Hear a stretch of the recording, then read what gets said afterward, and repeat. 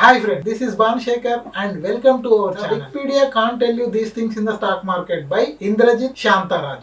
ఈ బుక్ లో మనం ఇండికేటర్స్ గురించి మాట్లాడుకుంటున్నాం. ఇది పార్ట్ 2. ఇండికేటర్స్ అనేవి మనకి ఎంతగానో ఉపయోగపడుతుంది. మనం ఒక కాల్ ఆప్షన్ ని బై చేయాలన్నా గానీ, ఒక కాల్ ఆప్షన్ ని సెల్ చేయాలన్నా గానీ, అదే విధంగా పుట్ ఆప్షన్ ని బై చేయాలన్నా గానీ, అదే విధంగా పుట్ ఆప్షన్ ని సెల్ చేయాలన్నా గానీ, ఈ విధంగా మనం ఏదైనా ఎంట్రీ తీసుకోవాలనుకుంటే కంపల్సరీగా ఇండికేటర్స్ అనేవి మేజర్ రోల్ ప్లే చేస్తుంటాయి. ఇప్పుడు నిఫ్టీ అనేది 19,500 దగ్గర ఉన్నది అనుకుందాం. 19,500 అనేది major support level for the Nifty. So ఇక్కడ వరకు వచ్చి మార్కెట్ అనేది రివర్సల్ తీసుకుంటది అనుకుందాం. ఇప్పుడు ఇండికేటర్స్ అనే క్రమంలో మనం ఒక ఎక్స్పోనెన్షియల్ మూవింగ్ యావరేజ్ ని తీసుకుందాం. అదే విధంగా RSI ని తీసుకుందాం. ఇప్పుడు RSI అనేది 70 అండ్ అబవ్ ఉంటే బుల్లిష్ ఉన్నట్టు అండ్ 30 బిలో ఉంటే బేరిష్ ఉన్నట్టు. ఈ విధంగా మనకి RSI అనేది ఇండికేటింగ్ చేస్తుంది. అదే విధంగా మనకి మూవింగ్ యావరేజ్ అనేది ఒక క్యాండిల్ కింద ఉండి అండ్ సపోర్ట్ కింద ఉంటే మనకి డెఫినెట్ గా మూవింగ్ యావరేజ్ అనేది పైకి సూచిస్తుంది. ఈ విధంగా మనకి ఒక మార్కెట్ లో ఎంట్రీ తీసుకోవడానికి ఇది ఎంతగానో ఉపయోగపడుతుంది. ఇది మనం చార్ట్ రూపంలో చూసినప్పుడు ఎలా ఉంటది అండ్ మనం ఇప్పుడు చార్ట్ లో మొత్తం అబ్జర్వ్ చేద్దాం. అండ్ ఒక EMA అనేది సపోర్ట్ దగ్గర ఎక్కడ తీసుకుంటది, అది ఏ విధంగా యాక్ట్ అవుతుంది, అదే విధంగా RSI కూడా దానికి ఈక్వల్ గా ఎట్లా పనిచేస్తుంది అని చెప్పి మనం కన్ఫర్మేషన్ తీసుకోవడానికి మార్కెట్ లో ఎలా ఉపయోగపడుతుంది అని చెప్పి ఇప్పుడు మనం గ్రాఫ్ మీద చూద్దాం. ఇక్కడ మనకు చూసుకున్నట్టయితే నిఫ్టీ స్పాట్ చార్ట్ 19,000 దగ్గర మేజర్ సపోర్ట్ ఉన్నది. ఇక్కడ నిఫ్టీ అనేది సపోర్ట్ తీసుకున్నది అండ్ EMA అనేది దాని కింద ఉన్నది. అంటే మనం ఈ క్యాండిల్ని ఈ EMA మీద అప్లై అవుతుంది అన్నట్టు. అండ్ అదేవిధంగా ఇక్కడ RSI చూసుకున్నట్టయితే మనకి అప్ ట్రెండ్లోనే ఉన్నది కాబట్టి మనం ఇక్కడ ఎంట్రీ తీసుకోవచ్చు. ఇది EMA అండ్ RSI కాంబినేషన్. అదేవిధంగా ఇక్కడ మనం ఒక డౌన్ మూవ్ చూసుకుందాం. ఇక్కడ డౌన్ మూవ్ చూసుకున్నట్టయితే ఇది రెసిస్టెన్స్ అండ్ EMA అనేది కిందకి చూపెడుతుంది. మనకి RSI కూడా డౌన్ ట్రెండ్లోనే ఉన్నది కాబట్టి ఇక్కడ ఎంట్రీ అనేది తీసుకోవచ్చు. ఈ విధంగా మనకి ఒక అప్ ట్రెండ్ ఒక డౌన్ ట్రెండ్ ఎంట్రీస్ చూసుకొని తీసుకోవడానికి ఛాన్సెస్ ఉంటాయి.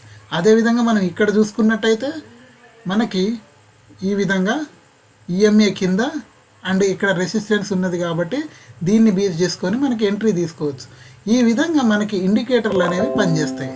కానీ మనకి మోస్ట్ ఆఫ్ ద టైమ్స్ అంటే ఈ కండిషన్లో కన్సల్టేషన్ కండిషన్లో ఇండికేటర్స్ అనేవి ఫెయిల్ అయినాయి.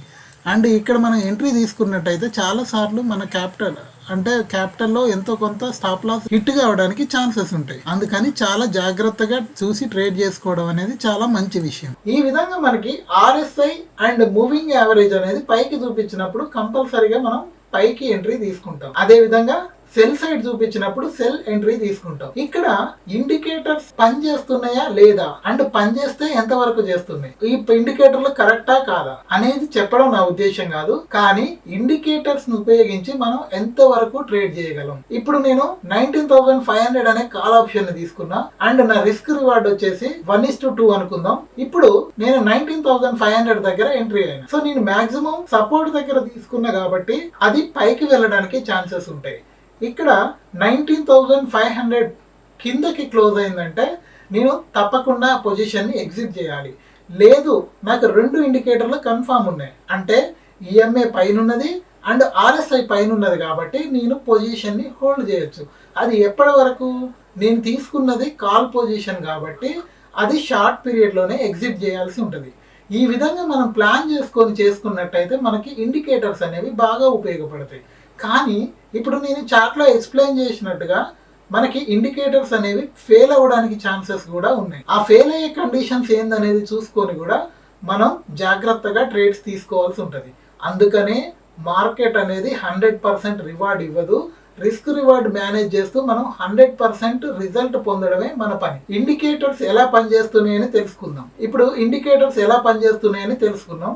అదేవిధంగా ఈ ఇండికేటర్స్ అనేవి అప్లై చేస్తున్నప్పుడు మన ఎమోషన్స్ కూడా కంట్రోల్ చేసుకోవడం అనేది ఇంపార్టెంట్. మార్కెట్ అనేది నాకు ఆపోజిట్ డైరెక్షన్ లో మూవ్ అయింది అనుకోండి, సో ప్యానిక్ కాకుండా ఉండి ఆ పొజిషన్ ని క్లోజ్ చేసి మళ్ళీ పొజిషన్ వచ్చేదాకా వెయిట్ చేయాలి తప్ప మళ్ళీ అగ్రెసివ్ గా ట్రేడ్ చేయడం అనేది ట్రేడర్స్ కి కరెక్ట్ కాదు. దీని వల్లనే చాలా మంది ట్రేడర్స్ ఫెయిల్ అవుతున్నారు. మాక్సిమం ఒక ట్రేడ్ ఎంట్రీ ప్లాన్ చేయడానికి మినిమం 15 to 45 minutes ప్లాన్ చేయడం అనేది చాలా చాలా మంచి విషయం.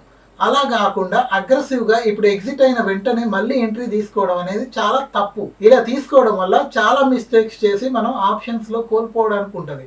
అదే విధంగా ఈక్విటీ మార్కెట్ లో కూడా ట్రేడ్ చేస్తున్నప్పుడు ఒక ట్రేడ్ ని కన్ఫర్మ్ చేసుకోవడానికి మినిమం 15 to 45 మినిట్స్ అనేది దాని మీద అనాలిసిస్ చేయాల్సి ఉంటది. అలా కాకుండా డైరెక్ట్ ఎంట్రీ తీసుకోవడం వల్ల మనకి చాలా నష్టపోవడానికే ఛాన్సెస్ ఎక్కువ ఉంటాయి. ఇలాంటి పారామీటర్స్ అని కన్సిడర్ చేసుకొని అండ్ ఇండికేటర్స్ ని ఫాలో అవుతూ చాలా జాగ్రత్తగా ట్రేడ్ చేయడమే మనకి ఇంపార్టెంట్. ఇండికేటర్స్ అనేవి మనకి ఇండికేట్ చేయడానికి మాత్రమే ఉపయోగపడతాయి, అంతేగాని ట్రేడ్ తీసుకోవడానికి ఉపయోగపడవు. ఇది ట్రేడింగ్ చేసేటప్పుడు గుర్తు పెట్టుకుంటే చాలా మంచిది, లేకపోతే చాలా ఇబ్బందులు పడాల్సి ఉంటది. ఎప్పుడైనా మన టార్గెట్ అచీవ్ అయినా సరే ఇండికేటర్ మనకి పాజిటివ్ గానే చూపిస్తుంది అనుకుంటే అప్పుడు ట్రైలింగ్ స్టాప్ లాస్ చేయడం మంచిది. అలా కాకుండా ఇండికేటర్ అనేది అక్కడితో ఆగిపోయింది అంటే మనం అక్కడ ఎగ్జిట్ కావడం మంచిది. ఇప్పుడు ఫర్ ఎగ్జాంపుల్ బోలింగర్ బ్యాండ్స్ అనే ఇండికేటర్ చూపిస్తుంది. ఇప్పుడు 19,500 అనే కాల్ ఆప్షన్ 250 దగ్గర టార్గెట్ చూపిస్తుంది అంటే 250 దగ్గర ఎగ్జిట్ కావడం మంచిది. అది కాదు ఇంకా పోయే అవకాశం ఉన్నది అంటే మనం ట్రైలింగ్ స్టాప్ లాస్ అనే మెథడ్ని ఉపయోగించి మనం ట్రేడింగ్ చేయడం ద్వారా మనం ఎక్కువ లాభాలు అనేవి పొందొచ్చు.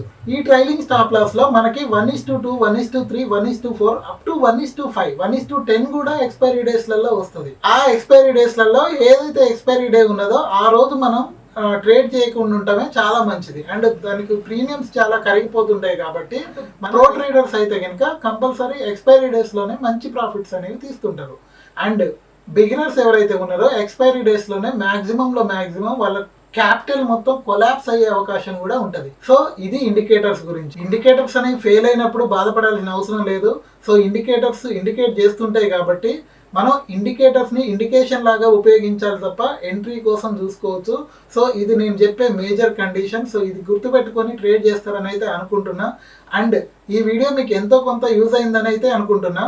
అండ్ ఈ వీడియో నచ్చినట్టయితే కనుక డెఫినెట్ గా లైక్ చేయండి, అదేవిధంగా షేర్ చేయండి అండ్ సబ్స్క్రైబ్ చేసుకోవడానికి ట్రై చేయండి. So thank you.